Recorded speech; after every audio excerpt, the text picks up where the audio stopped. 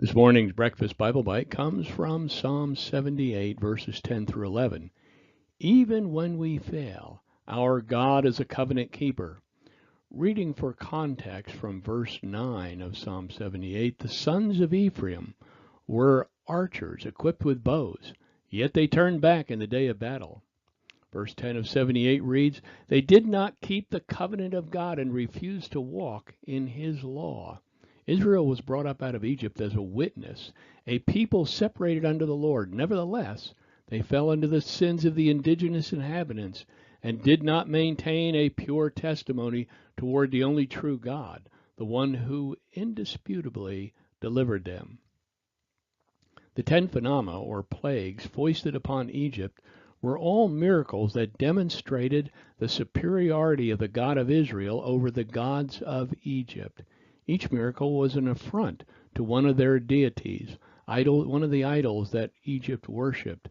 The insults were suited to excite marvel and astonish as they were manifested in behalf of God's special possession, the children of Israel. Our God is a covenant keeper. We read in Psalm 89, 34 through 35, I will not violate my covenant or change what my lips have said.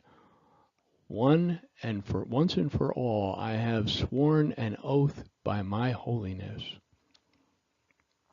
Influenced by the lust of the flesh and the waywardness of other nations, the Hebrew nation gave way to fornication, idolatry, and actions against other commandments.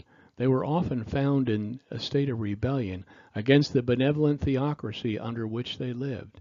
In the covenant which God had made with the entire Hebrew people, they pledged their allegiance to Yahweh at Sinai and promised to keep his law. Yet then they willfully disobeyed it and consequently became covenant breakers. Verse 11 of 78 reads, They forgot his deeds and miracles that he had shown them. They should have remembered the past deeds that God had completed on behalf of the fledgling nation.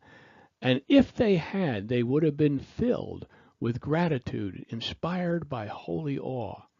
It is as if miracles of God were etched upon the ocean sands below the surf line, quickly effaced by the advancing tide. Now, lest we are too quick to condemn them, let us remember our own foolish shortcomings and short-term memory and repent for our own ingratitude.